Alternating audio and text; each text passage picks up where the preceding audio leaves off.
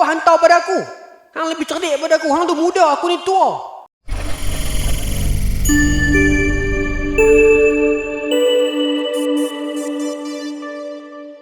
Bismillahirrahmanirrahim. Alhamdulillahilladzi khalaqal mauta wal hayata liyabluwakum ayyukum ahsanu amala wa huwal azizul ghafur. Ashhadu an la ilaha illallah wa ashhadu anna Muhammadan abduhu wa rasuluh. Wa nusalli wa nusallim ala sayyidina Muhammadin wa ala alihi wa sahbihi ajma'in. Radina billahi rabba wa bil islami dina wa bi Muhammadin nabiyyan wa rasulah. Tuan-puan, ibu ayah, muslimin muslimat yang dirahmati Allah sekalian, Assalamualaikum warahmatullahi wabarakatuh. InsyaAllah para ibu ayah, malam ni kita menyambung lagi pengajian kitab Sunan Abi Daud. Kita masih lagi di dalam kitab yang pertama, iaitu Kitabut Taharah, kitab tentang kebersihan. Kita masuk pada malam ini tuan-tuan, bab nombor 13. Babu fi rajuli yabulu bil laili fil ina'i thumma yada'uhu indahu. Ataupun maksudnya bab pada menyatakan lelaki yang kencing di waktu malam dalam bekah fil ina'i thumma yada'uhu indahu. Kemudian bekah tu dia letak di sisi dia. Bahasa kita ketong lah. Ketong boleh tak? Kita akan ketong. Kencing, kemudian di waktu malam, lepas tu dia biak di bekah tu, dia sama ada dia letak di sebelah tilam tutur dia ataupun di bawah katil dia. Apa hukum dia? Kita tengok hadis. Baik. Haddatsana Muhammad bin Isa, haddatsana Hajjaj, haddatsana Ibn Juraih an Hukaimah binti Umaymah binti Ruqayqah. An ummuha annaha qalat kana an-nabiy sallallahu alaihi wasallam qadahun min idanin tahta sariruhu, tahta min idani tahta saririhi yabulu fihi billail. Yang bermaksud Nabi SAW memiliki bekah. Kerana Rasulullah SAW, Nabi SAW ada idani, bekah daripada tandan pelepah kurma. Maksud pelepah kurma tu ada tandan dia tu, zaman dulu dijadikan bekah lagu ketong lah. Yang di mana Nabi SAW letakkan di bawah tempat tidur Nabi, dan Nabi gunakan untuk buang air kecil di waktu malam. Baik. Tapi tuan-tuan, malam ni ada 4-5 hadis ni saya nak percepat. Bahasa lagi ada hadis yang di belakang tu kita nak lama sikit. Hadis ni saya ingat laju sikit, tak apa. Maka apakah hukum kencing waktu malam lagu tu? Baik. Mai perbincangan dalam syarah Ain Ma'bud ni, dia bawa beberapa lagi lah Imam dalam syarah Sunan Abi Daud, termasuk juga syarah daripada Ustaz Wanji ni bawa kepada beberapa syarah yang lain, iaitu ada hadis yang lain dalam Mu'jam Kabir Imam Tabarani menyebutkan hal yang sama, iaitu Nabi SAW ada mangkuk kayu yang disulami dengan kulit tandan pelepah tamar, kemudian Nabi letak dekat bawah tempat tidur Nabi. Ketika Nabi kencing dalam mangkuk tersebut pada waktu malam, kemudian pada esoknya Nabi mendapati bekah tu tak ada air kencing Nabi tak ada dah. Maka Nabi tanya kepada seorang perempuan yang nama Barakah. Seorang perempuan nama dia Barakah. Barakah ni dia hamba sahaya orang kulit hitam kepada Ummu Habibah, isteri Nabi.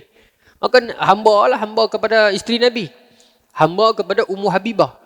Maka Nabi tanya dia, mana pergi yang kencing dalam ni? Maka dia kata dia minumlah. Maka Nabi kata sesungguhnya hang terselamat daripada azab neraka. Kemudian hadis yang kedua,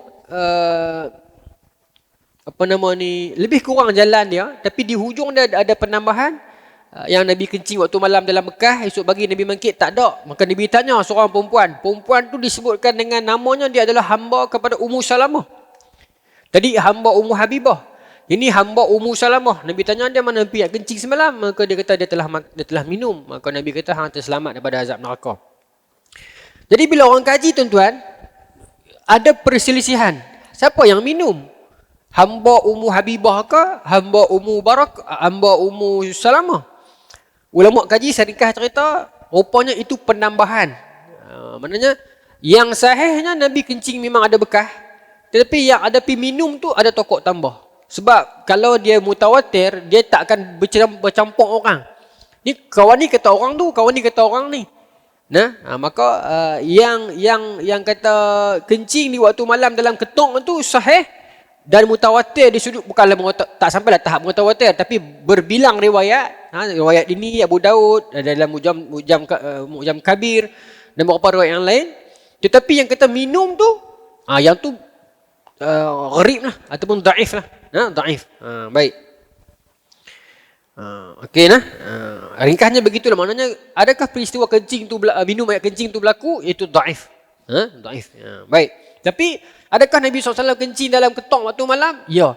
Baik. Jadi hukum kepada kita macam mana? Adakah kita boleh kencing dalam ketong waktu malam? Baik, ada hadis yang lain. Hadis yang diriwayatkan dalam Sunan Nasa'i, hadis daripada Aisyah radhiyallahu anha. Aisyah kata Nabi SAW memang minta bekas untuk kencing. Tidur malam. Dan benda tu tak lama berlangsung sampailah Nabi wafat. Maka itu menjadi satu signal kepada kita bahawasanya Nabi buat benda tu, tetapi ketika mana Nabi sakit. Jadi kita kalau tak ada pasal, jangan buat. Aku nak ambil pahala sunnah malam ni, nak kencing dalam ketok. Nabi seperti mana hadis kita duk bincang tiap-tiap bulan sebelum ni tu, Nabi kencing duduk, tutup, tak ada orang tengok dan sebagainya. Tapi dalam kes kencing dan tok di bawah katil tu, sebab Nabi sakit, dah di penghujung usia baginda Nabi SAW dah. Jadi kita para ibu ayah kalau sakit, kalau buat lagu tu salah tak? Tak salah lah. Cuma kenalah ketok itu kita kena bagi orang boleh beza lah. Ketok lah, ketok ni tuan-tuan faham lah, kamera faham tak tahu, nanti kena buat translation. Ketok ni bahasa KL apa? Ketuk, bukan ketuk. Ketok lah no, tempat tandas tu lah. Kena kencing dalam tu tak apa. Ataupun bekas-bekas besen tak pakai dah, nampak tak elok, jangan pergi kencing dalam bekas sapuh tangan, maksud apa? Teko basuh tangan tu. Lagi cucu duk pituang minum pula, nampaklah warna lagu teo pula. Kan? Maksudnya agama kata boleh kalau sakit, tetapi agama larang kalau kencing dekat tempat yang menimbulkan syak. Maksudnya ketok tu dia bagi elok-elok, bukan ketok dia kencing dalam teko ke, ataupun kencing tu tak jaga, tak bawah katil, dia kencing dia tak tepi tu ya. Orang lalu tersepak, tu semua agama tak bagi. Nanti boleh jadi mudarat balik lah. Jadi rumah tu orang nak sembahyang, habis kencing tumpah. Bubuh di bawah katil elok, seeloknya tutup. Tapi kalau larat mangkit lah. Tapi tuan-tuan kena faham. Kalau sakit sikit-sikit boleh mangkit, anak cucu boleh papah, pilah beliak. Jangan kita samakan dalam kisah Rasulullah ni. Sebab kisah Rasulullah zaman dulu, tandas bukan lagu kita. Kita lah melangkah 5-6 langkah sampai dah tandas. Ada pula tempat yang nak pegang dan sebagainya. Nabi tak ada semua tu. Kalau kita kesusahan sampai tara-tara tu, boleh lah. Tapi kalau tak mampu juga, tak apalah pakai ketok. Tapi nak abang kata, janganlah guna alasan sikit-sikit. Takat tarik mengkarung sikit-sikit tu, tak mau pergi dah pakai ketok, tak payah. Mangkit pergi jugalah. Kisah Rasulullah ni kisah dah di hujung usia Nabi dah. Itu pula tandas zaman dulu, tah jauh ni, di hujung-hujung sumur tu dah. Tak sama macam kita.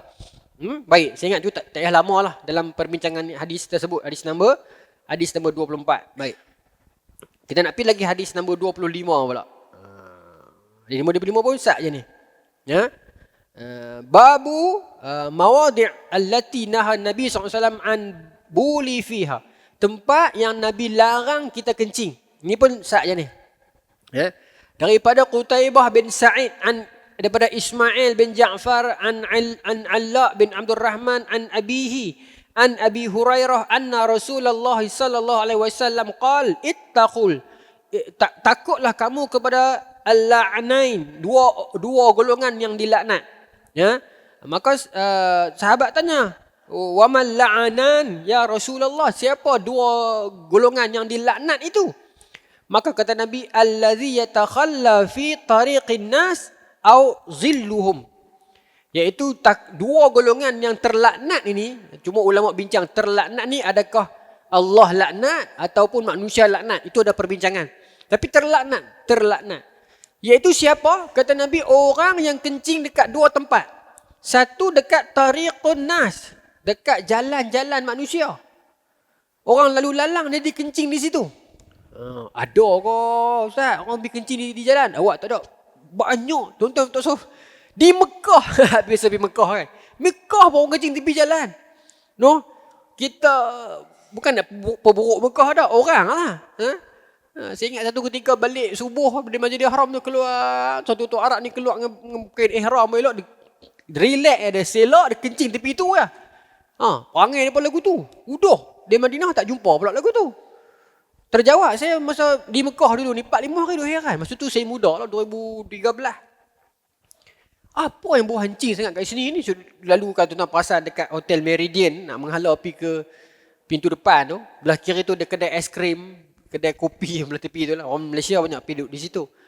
Saya duduk lalu kat situ duduk bau hancing. Saya duduk kata dalam hati, aku ni dosa banyak no. Rupanya selama ni tengok Allah nak tunjuk di Mekah aku sampai bau hancing. Duk susah hati 4-5 hari awal di Mekah tu. Apalah dosa aku buat atas dunia ni sampai aku pergi di Mekah diburui oleh bau hancing. Susah hati tuan-tuan, teriak agaklah. Nah. Satu pagi tu Allah tunjuk jawapan. Subuh esok pagi tu jumpa, sini rupanya tandas terbuka. Orang Arab pancuk tang tu.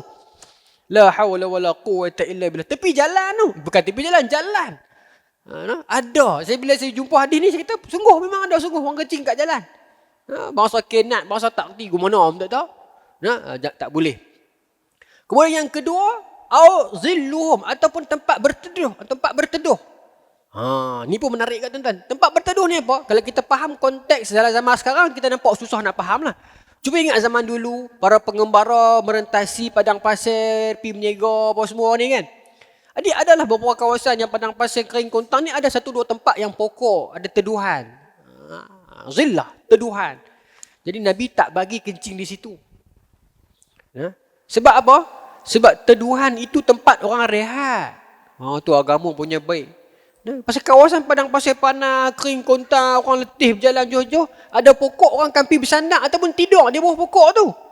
Jadi Nabi kata terlaknat orang yang pergi kencing di situ. Nak kencing pergi cari tempat lain. Tuan-tuan, agama jaga kita sampai tahap tu. Tak bagi kita pergi kencing tempat yang boleh jadi orang akan tidur di situ. Kebajikan manusia, Islam jaga. Nabi particular terhadap kita sampai tara-tara tu. Istilah dengan bahasa kita lah ni apa? Tempat orang duduk, tempat orang duduk rehat, jangan duduk pergi maruah kencing. Hari ni apa? Bus stop contohnya.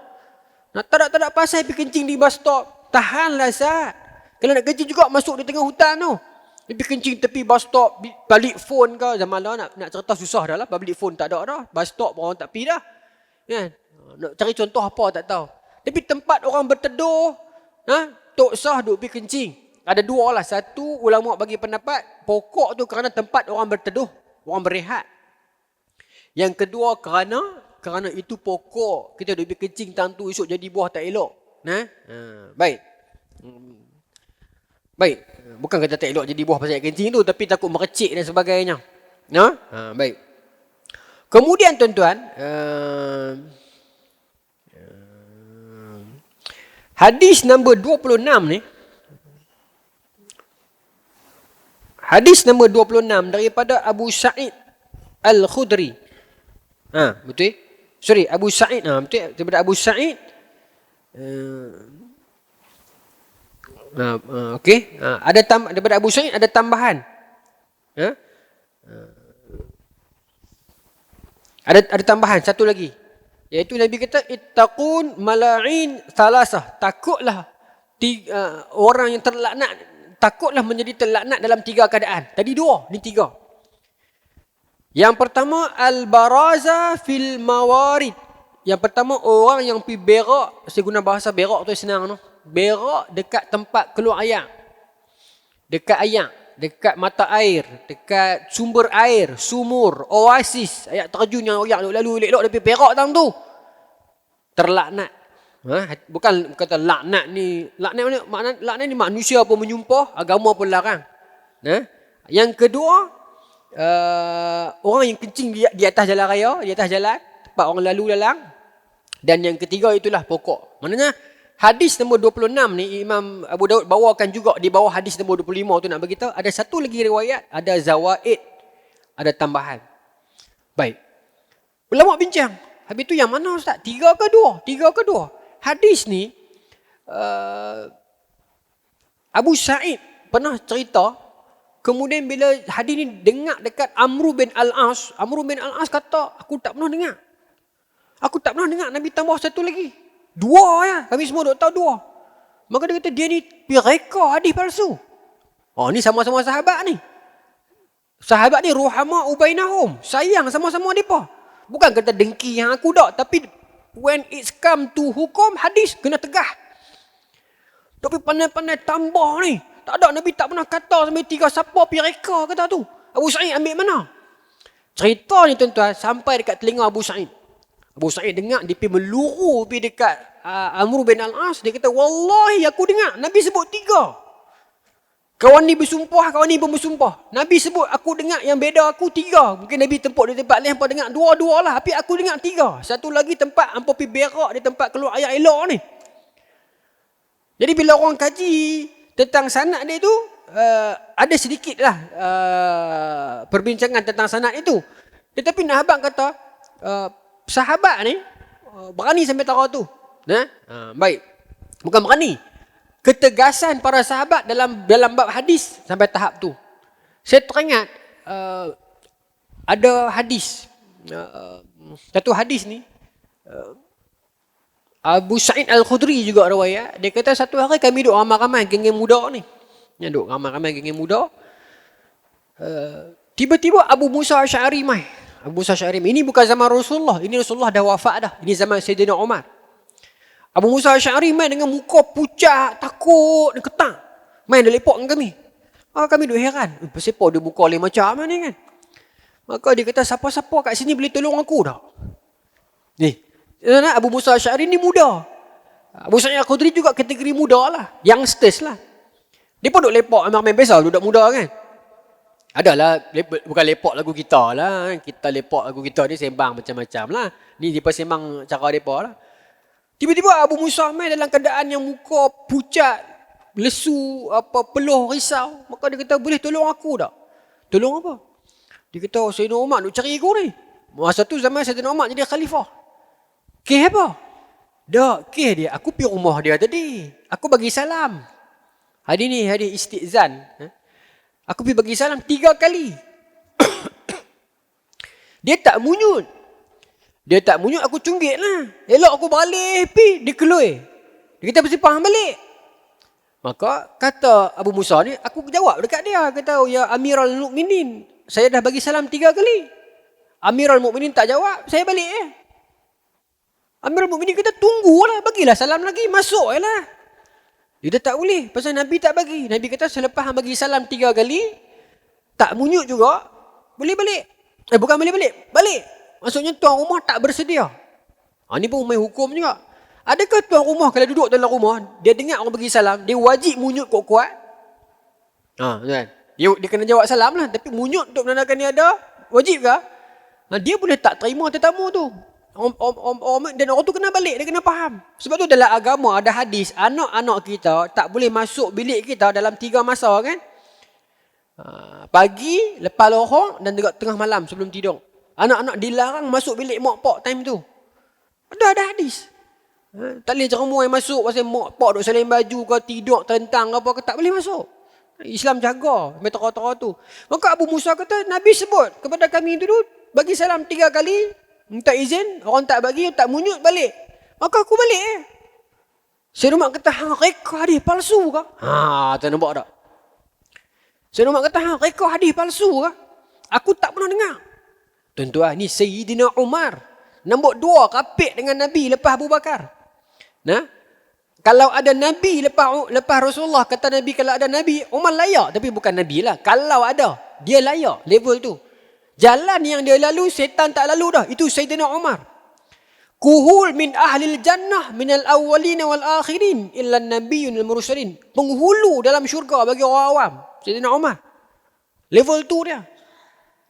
Maka bila Abu Musa kata Nabi sebut hadis, Sayyidina Umar tak pernah dengar. Sayyidina Umar kata, handuk reka hadis palsu apa ni? Aku tak pernah dengar. Nabi tak pernah kata. Abu Musa kata, ada. Nabi pernah kata dulu. Apa bukti dia? Tuan-tuan. Abu Musa jadi jam kan?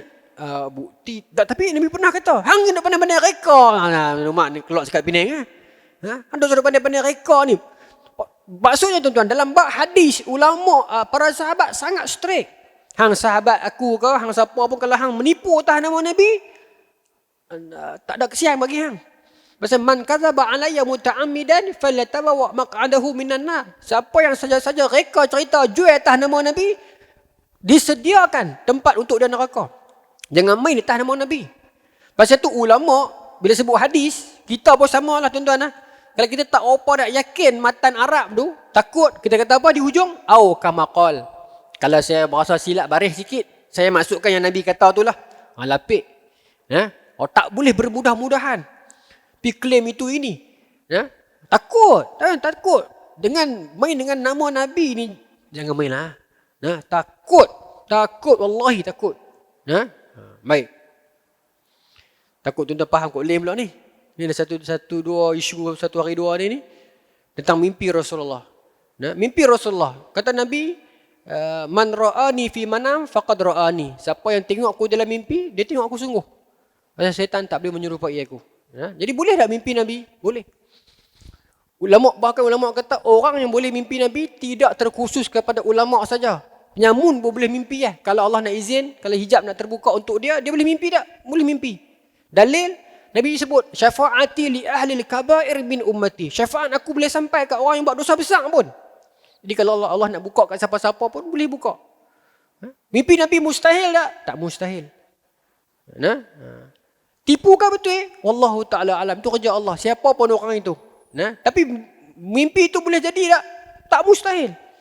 Mimpi Rasulullah itu biasa. Orang akan mimpi Rasulullah yang Allah pilih, yang rindukan Rasulullah, dia boleh mimpi. Cuma persoalan dia tipu ke, dia tak tipu ke, dia tertipu semua tu, itu kita serah pada Allah. Manusia, kita disuruh untuk mendengar dan menilai secara zahir sahaja. Tak usah pergi siasat lebih. Kita hormat. Kejadian mimpi Rasulullah itu biasa, itu berlaku. Dan itu adalah anugerah dan hadiah. Kita pun doalah kepada Allah, ya Allah, sebelum aku pejamkan mata atas dunia ni, ya Allah, bagi mimpi Rasulullah sekali pun jadi. Sekali pun tak apa. Semua orang nak macam tu, tuan-tuan. Semua orang nak. Dan kita pun patut macam tu lah. Sekali. Saya pun, ya Allah, bagi sekali pun jadi lah. Sekali pun jadilah. Janji kalau aku dapat mimpi Rasulullah, aku tak mau, bang, kat siapa nak rasa juga kan. Kita doa lah azam bagi Allah, bagi sekali pun jadilah. Nak lihat wajah Rasulullah, nak mengadu dekat Nabi. Baik, tak apa. Jadi, bila jadi lagu tu, Sayyidina Umar kata kepada Abu Musa, bagi bukti. Abu Musa Asy'ari tuan-tuan sahabat Nabi. Musa jadi kalut nanti, dia lari balik pergi cari member-member ada. Jumpa geng-geng Abu Sa'id. Maka Ubay bin Ka'ab, dalam hadis tu dia kata, saya yang paling muda. Saya kata kepada Abu Musa, tak. Yang hang kata tu 3 kali bagi salam tak munyuk balik-balik tu, masa Nabi sebut tu aku pun ada. Jom aku pergi teman hang. Budak muda kan. Jom Sayyidina Umar, aku teman hang, aku backup hang, jom. Maka ada seorang wakil. Maka pergi jumpa Sayyidina Umar. Wahai Amirul Mukminin, ni dia. Bukan saya seorang dengar. Ni Ubay pun dengar Nabi kata lagu tu. Dua-dua muda. Bila Sayyidina Umar dengar ada penyaksian, dia kata syawahid lah. Bila ada penyaksian begitu, maka Sayyidina Umar pun terima. Kau baru tahu lah. Tak apalah, aku terima lah. Sama macam ada hadis yang Sayyidina Abu Bakar bahagi harta perang. Bahagi harta si mati. Ada orang mai minta untuk nenek. Abu Bakar kata, nenek mana ada? Maka ada saksi lain kata, ada, nenek ada. Ada pembahagiannya lah. Maka Abu Bakar kata, aku tak pernah dengar. Hampir cari saksi tengok. Hampir cari saksi mai kata, ya Khalifah Rasulullah. Wahai Abu Bakar, memang betul Nabi pernah sebut. Baru Abu Bakar terima. Bermaksud apa? Bila kita dengar satu-satu orang dia claim tentang Nabi, dia sebut tentang Nabi, dia katakan ini Nabi kata, ini hadis, kita ni dibolehkan untuk tanya dia. Ataupun kalau tak mau tanya dia pun, kita boleh pergi siasat seorang-seorang lah. Betul ke dia kata ni? Kalau benda tu memang betul-betul suspicious lah, yang orang tak pernah dengar. Bukanlah semua benda kita nak pergi petikai dia. Siapa kata? Mana bukti hang? Kita siasat lebih pada polis. Tak ada lah. Kalau semua tu orang dah sepakat, dah dipersetujui semua dah, kita terima. Kita cek takat mana kita boleh, kita terima. Kalau main pelik sangat, kita boleh tanya dia elok. Dia cerita dah bergaduh lah. Ni pasal tanya kasar. Mana dalil hang? Pembohong. Penglipo lara. Orang dengar pun radang. Cuba kata elok, Ustaz, cerita ni menarik tu. Saya pun teringin nak cerita kat anak-anak saya, tapi saya rasa tak puas Ustaz. Kalau Ustaz boleh cerita sikit, Ustaz ambil pada kitab mana, boleh tak saya nak cerita kat anak-anak? Dia pun dengar urut dah. Dah ni saya jumpa dekat kitab ni. Jadi elok lah. Ni kadang-kadang kita tanya orang jadi petikai lagu bagi orang sakit hati. Kata ke orang sedap-sedap, jual agama, penglipo lara agama, orang dengar pun tak seronok. Kalau kita niat sungguh-sungguh kita nak mempertahankan kebenaran, dia pun nak kebenaran, dia kena jelaskan. Dan yang dia pula bila orang tanya, dia tak boleh melompat. Ustaz, nak tanya Ustaz, yang Ustaz cerita tadi tu seronok. Cuma saya tak puas, saya lah bodoh. Bukan kata Ustaz, saya yang bodoh ni. Ada tak sumber di mana-mana? Bukan saya nak petikai tak, saya untuk diri saya aja. Kita lapik lagu tu. Tiba-tiba dia pergi melompat. Hanya aku siapa? Aku ni mengaji 40 tahun dah, tak ada pernah orang tanya. Orang lagu tu tuan-tuan bagi salam, balik lah. Dah suruh bergaduh.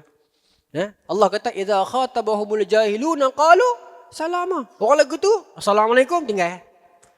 Kalau kita dah habis jaga adab dah, tanya elok-elok, duduk melompat lagi. Assalamualaikum, sudah. Pasal kok mana pun, siapa pun kamu, Rasulullah lagi besar. Kami sayang Rasulullah melebihi segala-galanya. Kalau hang dusta atas nama Rasulullah, dalam bab ni aku tak kompromi dengan hang. Siapa pun hang, tu ya. Kalau dia kasih sungguh, dia kata lah betul ke, minta maaf lah saya pun. Tak apa elok. Tapi saya ingat kalau kita cakap elok ustaz ke siapa pun dia boleh terima. Siapa pun orang tu dia boleh terima. Cakap elok. Cakap seorang-seorang bisik di tepi. Tak maaf ustaz, saya bukan nak tikai. Saya minat cerita ni. Cuma cerita ni boleh tak ustaz bagi sikit, saya nak balik cari di rumah. Dia dengar lagu tu dia kata cuba cari sekian-sekian. Tak apa elok. Bila kita jumpa di rumah kita pergi tanya ustaz pula, ustaz yang ni kira hukum dia macam mana? Lah di zaman internet macam-macam boleh tuan-tuan. Adab jaga. Itu saja, insya-Allah tak bergaduh dah. Baik. Maka yang tadi tu lagu itulah. Bawa pergi bawah Sayyidina Umar terima lah. Bila kita buat main saksi elok. Sayyidina Umar tak kata, "Amboi hangat aku bodoh sangat. Aku ni orang nombor 2 lepas Sayyidina Abu Bakar. Nak tikai sebab aku ni bodoh pada hang." Tak. Hadis ni sama nak tunjuk kata tengok yang kes ni Ubay ni muda, Abu Musa Asy'ari pun muda. Sayyidina Umar tua, dah lah tua, nombor 2 lepas Abu Bakar. Rapik dengan Nabi. Itu pun Sayyidina Umar tak melompat kata, awak hantar pada aku. Hang lebih cerdik pada aku. Hang tu muda, aku ni tua. Tak ada. Demi ilmu, kalau perlu turun ego. Kalau perlu minta maaf salah lah, tak apa lah. Semua manusia buat salah. Semua manusia terlepas cakap. Saya pun salah berlambak lah. Baik, sambung.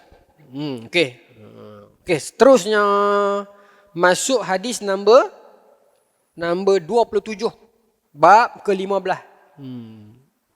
Baik. Satu lagi cerita tuan-tuan. Nak kata para sahabat ni strict bab hukum hakam ni.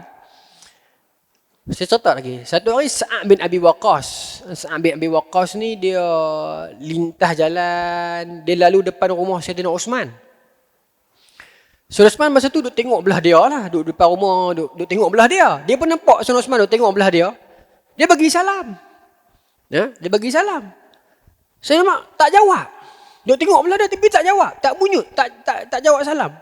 Dia kadang dia pergi terus rumah Sayyidina Umar. Masa tu Sayyidina Umar khalifah lah. Dia kata, Amirul Mukminin, adakah agama ni telah berubah? Turun wahyu baru ke? Terkejut Sayyidina Umar. Pasal apa hang tanya lagu ni? Tadi aku lintah rumah Sayyidina Osman, aku bagi salam, dia tengok aku dia tak munyut. Lah, sabit tu ya. Kalau kita kata mengacum lah kan.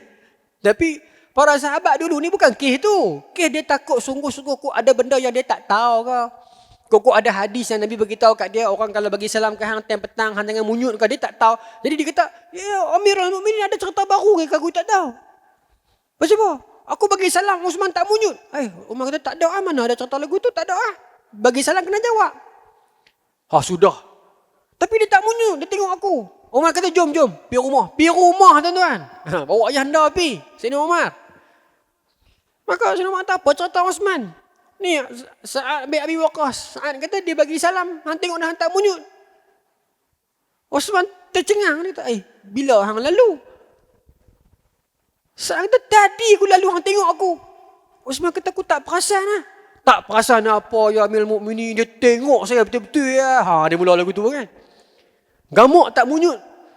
Osman kata, aku tak perasan. Tak perasan bermata hang duk tengok aku. Ada tak aku tu tuan-tuan? Ada lah kan. Kadang-kadang kita ni mata tengok, otak fikir ke lain. Maka Osman kata, demi Allah aku tak nampak hang lah. Maka kata Sa'ad bin Waqqas kata, demi Allah hang nampak aku. Tu dia. Sambil dua-dua sumpah. Lalu Sayyidina Osman kata, tak, lagu ni kot. Aku rasa tadi masa hang lalu, aku duk teringat satu doa ni. Doa apa? Aku teringat Nabi pernah bagi doa kat kita. Ingat tak dia kata, Nabi pernah bagi, Nabi kata doa ni siapa baca, ayat ni siapa baca, lepas tu dia doa dia apa pun Allah akan kabulkan. Tapi aku duk peringat, rasa Nabi tak bagi habis. Aku duk teringat tu. Okay, masa tu kot hang lalu. Maksudnya walaupun mata duk tengok keluar, tapi otak duk fikir kot lain, duk teringat doa apa Nabi bagi. Aku peringat Nabi tak habis lah. Maka kata Sa'ad, kalau lagu tu sungguh, pasal aku bodoh masa tu. Nampak nak jadi serta tu. Kata Sa'ad bin Abi Waqqas, doa macam ni dia kata, Nabi nak abangkan kita. Nabi kata, ada satu ayat ni yang hampa baca. Lepas tu hampa doa apa pun, Allah kabul. Lepas Nabi kata lagu tu, ada seorang mai potong, pergi cakap, tanya soalan lain. Nabi jawab-jawab kat orang tu, Nabi pun bangkit balik. Tergantung. Sayyidina Osman kata, patutlah aku duk teringat doa apa. Tapi kata Sa'ad bin Abi Waqqas, tapi aku turut Nabi, aku ikut Nabi. Aku ikut sampai ke rumah. Bila Nabi kali Nabi kata, apa sebab hang turut aku? Maka aku tanya, Rasulullah, doa tu bagi tak habis. Jadi aku tahulah doa tu. Doa apa? Tuan-tuan pun tahu. La ilaha illa anta subhanaka inni kuntu minaz zalimin. Baca yang tu, lepas tu kita minta apa pun, insya-Allah Allah akan kabulkan. No? Baru Sayyidina Usman kata, patutlah. Itu para sahabat di lagu tu. No? Depa tegas dalam bab hukum dan tegas di dalam bab hadis dan sebagainya. Baik.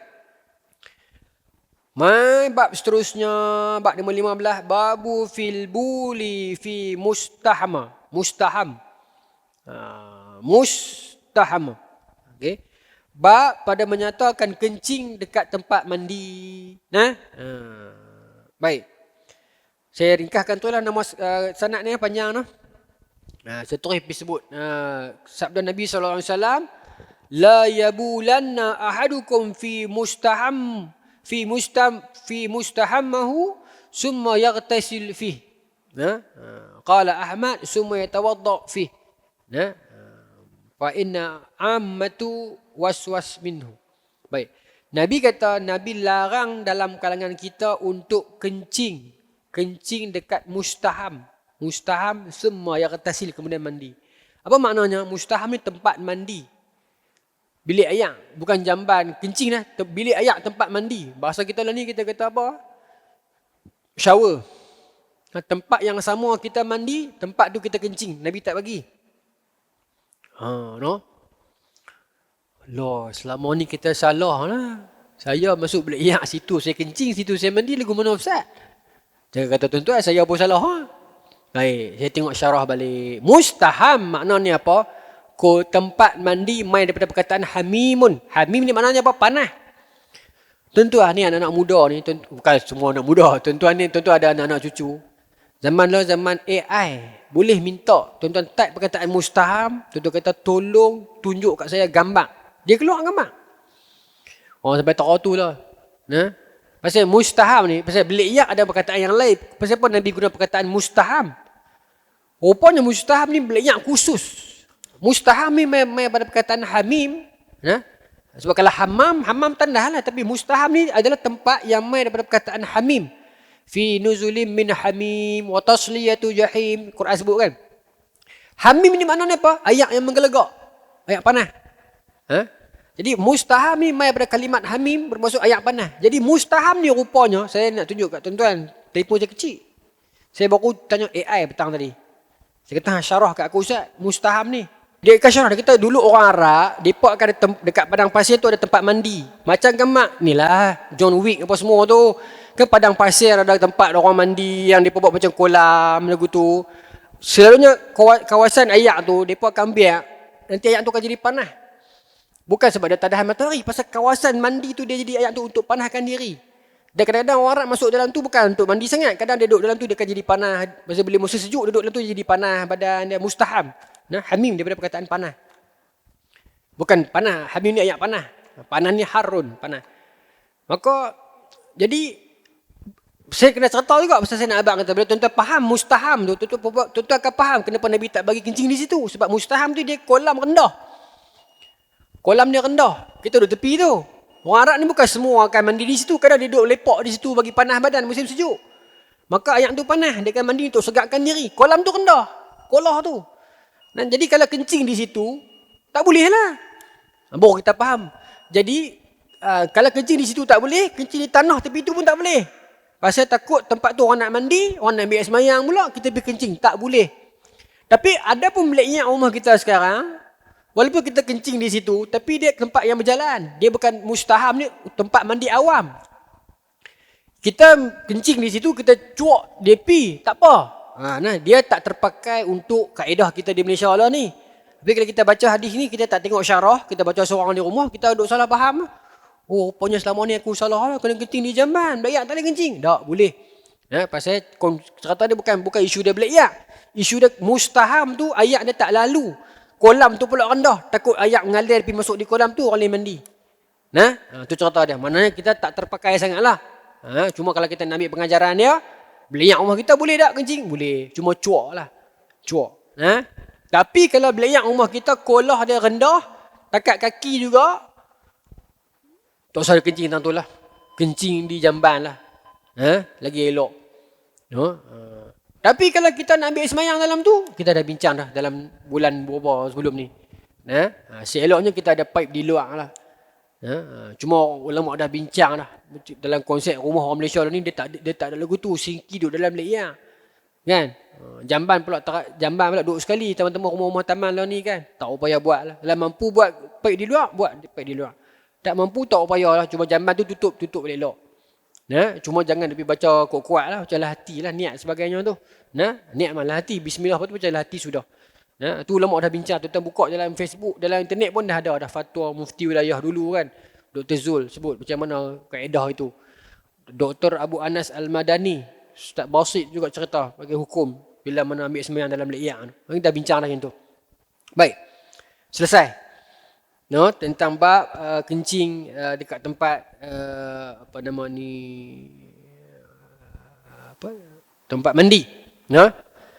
Baik, mai bab yang seterusnya, bab nombor 16 ini panjang sikit dia. Hadis nombor 29. Boleh saya nak tutup dengan hadis ni lah. Hadis nombor 29 bab 16. Babu naha an buli fi juhri. Bab pada menyatakan larangan kencing dekat lubang. Kencing kat lubang tak boleh. Jadi kita kencing di jamban tu jangan talau lubang. Talau kat ketok dia. Tak. Tengok dulu hadis ni. Baik. Sambung. Hadis nombor 29 Haddatsana Ubaid bin Amr bin Maisarah, haddatsana Muaz bin Hisham, haddatsana Abi an Qatadah an Abdullah bin Sarjas an Rasulullah sallallahu alaihi wasallam naha an yubalu fi juhri qala liqatadah ma yakrahu min buli fil juhri qala kana yuqal innaha masakinul jinn. Maka daripada Qatadah, daripada Abdullah bin Saraj jim sin fathah. Rasulullah kata, Rasulullah larang janganlah kamu kencing dekat lubang. Nabi naha ayyubala fil juhri. Nabi larang kita daripada kencing dekat lubang. Jadi bila hadis ni sahabat riwayat kepada anak murid riwayat kepada anak murid lagi, orang tanya. Anak murid tanya, qalu li Qatadah. Siapa ni? Bapa kepada Hisham ni lah. Dia tanya Qatadah, dia kata, ma yakrahu mi yabuli fil juhri. Pasal apa Nabi tak bagi kencing di lubang? Yalah, kita memang macam saya kata tadi lah, kita kena bertanya lah. Bila kita tak tahu, kita tanya, bukan petikai, tanya. Pasal apa Nabi tak bagi kencing di lubang?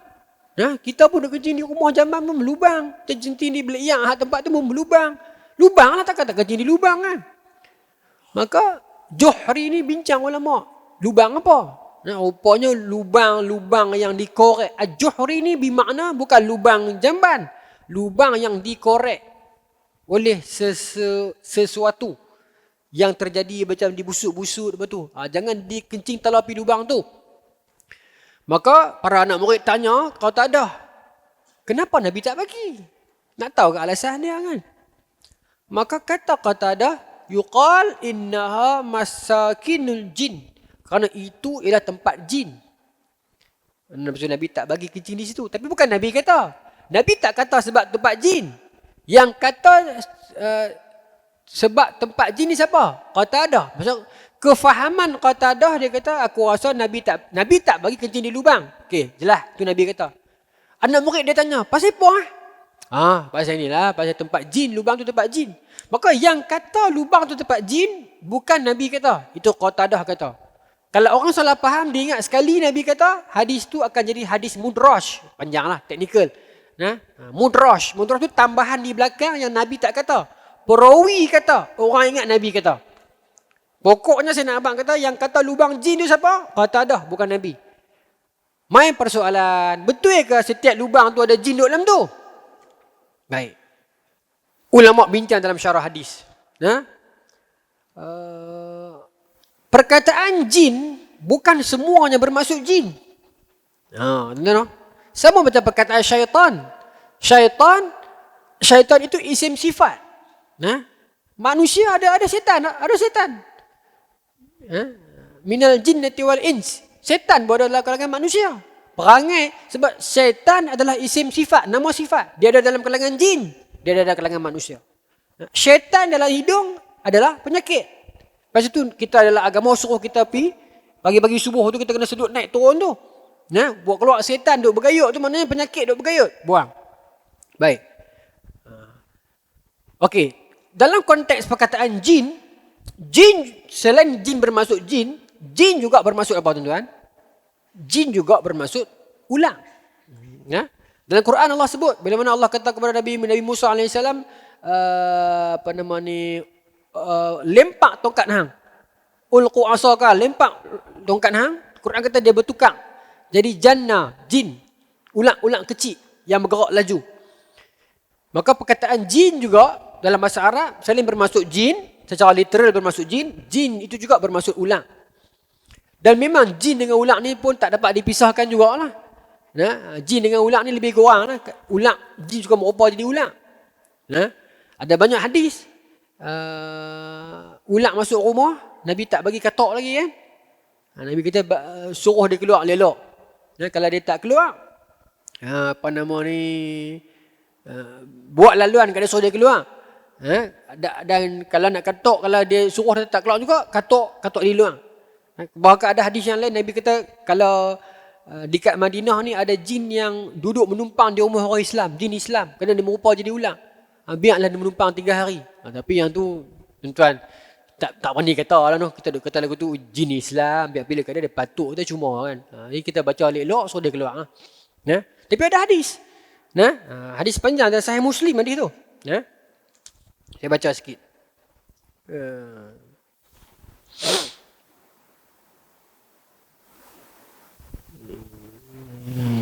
Baik.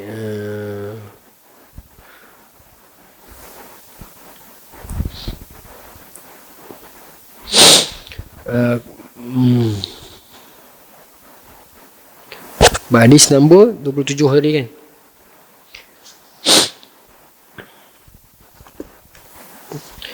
Ada hadis ber-29. Saya tak jumpa. Hadis Sahih Muslim. Baik. Yang saya kata tadi Quran tu surah Al-Qasas ayat 31. Allah kata ka'annaha janun. Tongkat tu bertukar menjadi seperti jin tu lah. Dalam terjemahan tuan tengok surah Al-Qasas dia kata ulang. Baik. Kemudian perkataan jin juga bukan sekadar bermaksud ulang, bermaksud juga binatang-binatang yang berbisa. Baik. Kemudian tuan-tuan, yang saya kata tadi tu, hadis dalam Sahih Muslim tu,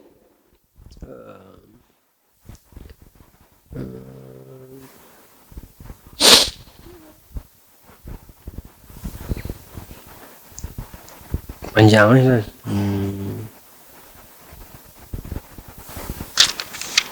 Ini hadis Sahih Muslim. Hari ini panjang, saya cerita macam ni lah. Ini ada 2 kisah nah. Baik. Boleh ke dua kisah baik? Sempat ke? Boleh no? Baik. Yang pertama, kisah seorang pemuda ni. Pemuda ni dia keluar, dia baru kahwin. Dia baru kahwin kemudian dapat semboyan perang, dia keluar ikut Nabi pergi perang, tapi tak jauh mana lah, dekat sempadan dia. Lepas tu kan perang dulu kan lama, 2-3 hari dia tak tahan, orang baru kahwin. Dia minta ke Rasulullah, ya Rasulullah nak balik saya. Orang baru menikah. Maka Nabi izinkan dia balik. Dia pun, tapi Nabi kata, pasal itu dekat kawasan Madinah lagi. Dia kena faham lah, ini perang Khaybar kot. Pasal Nabi kata, nak balik saya Rasulullah, saya baru kahwin. Faham? Terus ada cerita semua, Nabi faham. Maka, Nabi kata baliklah Sa'ad. Pasal hamba bawa kahwin. Tapi hamba bawa tombak. Nabi kata bawa tombak. Pasal takut sekali lagi orang Yahudi duk tengok sengat-sengat dia boleh sharp shooter, dia boleh panah ataupun tombak kan. Maksud dia siapa ingat hadis ni perang Khaybar kot. Tapi dia ada Sahih Muslim. Maka dia pun balik. Dia balik sampai ke dekat rumah dia nampak bini dia duk tunggu depan pintu. Satu macam je duk depan pintu lagu tu. Orang Arab ni tuan-tuan, dia pun tak boleh tuan-tuan tayang bini dia apa. Dia pun tayang diri dia pun tak apa. Sunat pendek, bini tutup semua. Panggil orang Arab kan. Dia pun kacau bini orang tak apa. Orang jeling bini dia pun sikit pun dia pun mengamuk lah. Panggil orang Arab. Tu tengok orang lelaki Arab sunat pendek, bini tutup habis semua. No? Dia tengok bini dia duduk depan pintu dia kadang. Dia ambil tombak ni dia nak hayun lah. Lagu tu punya panggil pun dah. Ni para ibu-ibu di belakang ni. Beruntung dapat lelaki Melayu. Temu dapat mamak lagi untung.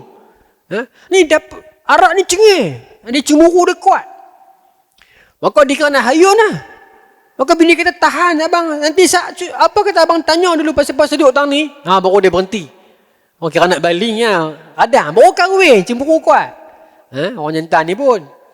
Apa kata abang tanya dulu pasal duduk tang ni. Maknanya bini dia duduk depan pintu pun dia kadang lah. Dalam hadis kata dia cemburu. Takut orang lelaki dia tengok bini dia. Tu orang Arab. Tuan abang bagi. Maka dia tanya bini pasal apa duduk depan pintu. Aku tak ada. Aku keluar pergi perang. Tunggu patang ni. Tunjuk muka kau orang. Nak tunjuk muka depan pintu pun tak boleh. Lah bini dekat Twitter, Facebook, IG you rendah. Kita tayang bini kita. Kan? Bangga pula orang puji bini kita elok. Tak dedah habis aurat kita pula seronok pula.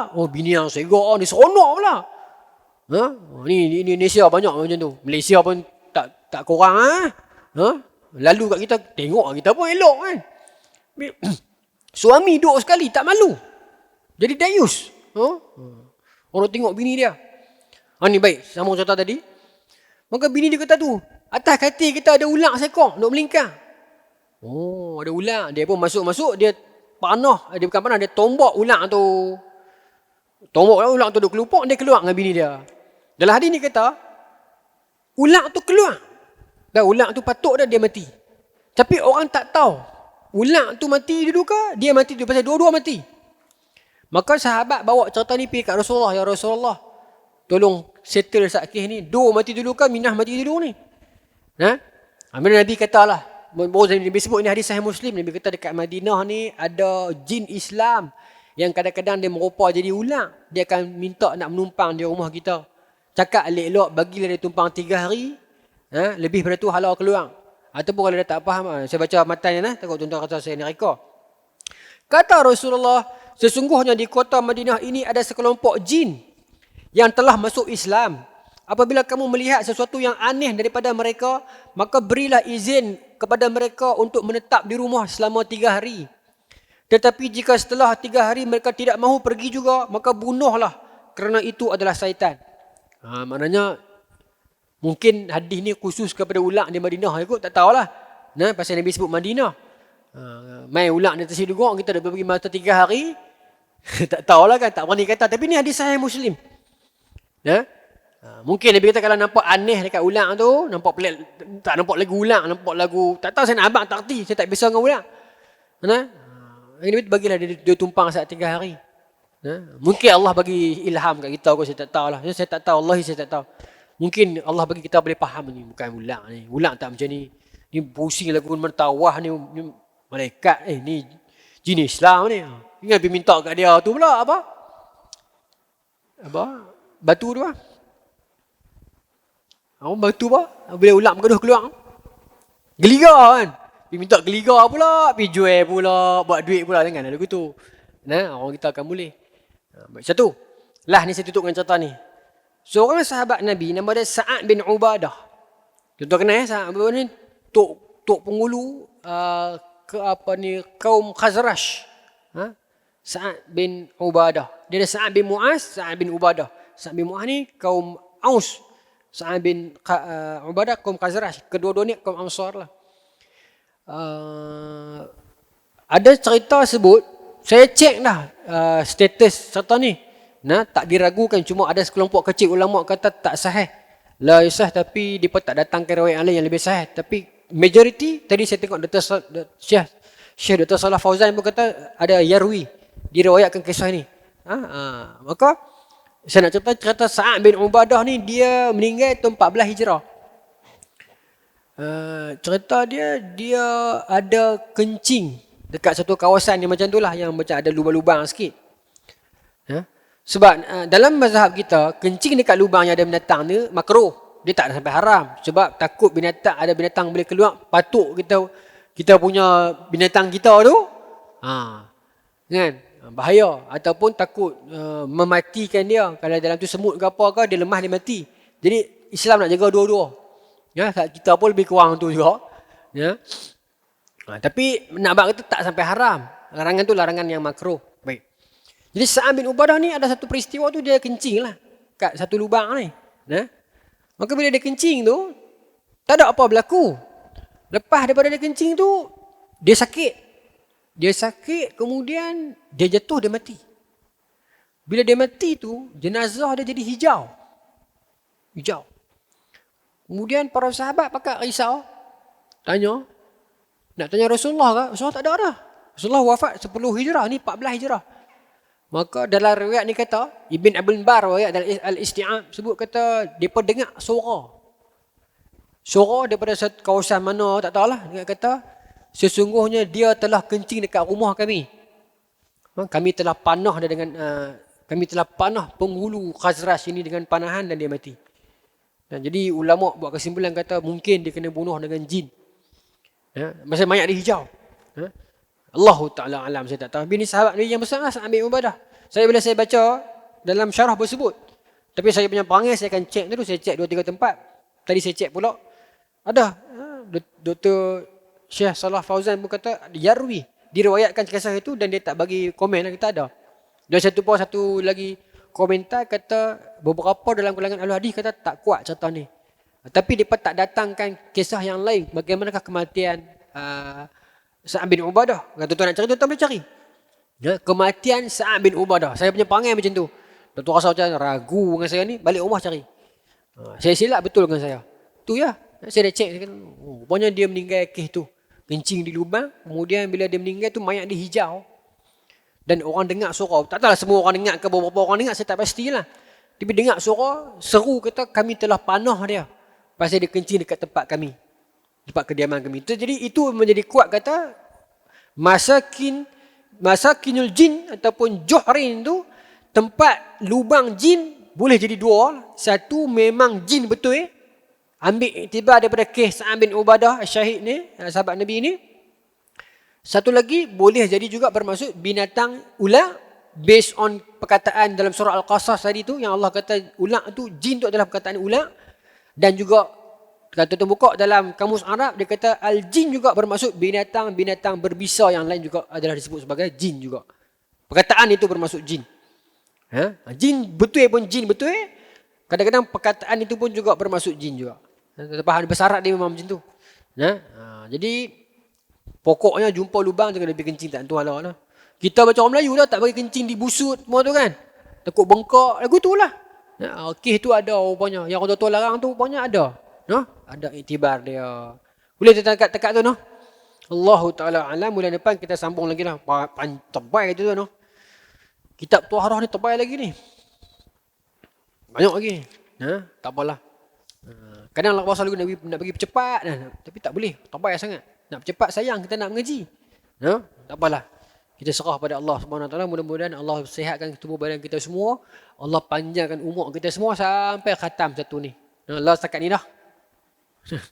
Dah dekat ni. Tinggal minyak ni lagi. Tak minyak mana dah. No? Sikit lagi lah. No? Allah Ta'ala ala. Bismillahirrahmanirrahim. Allahumma zuqna fahman nabiyyin. Wa ifdal muslimin wal malaikatil muqarrabin. Wa hadina fi dayatil arifin. Birahmatika ya rahman rahimin.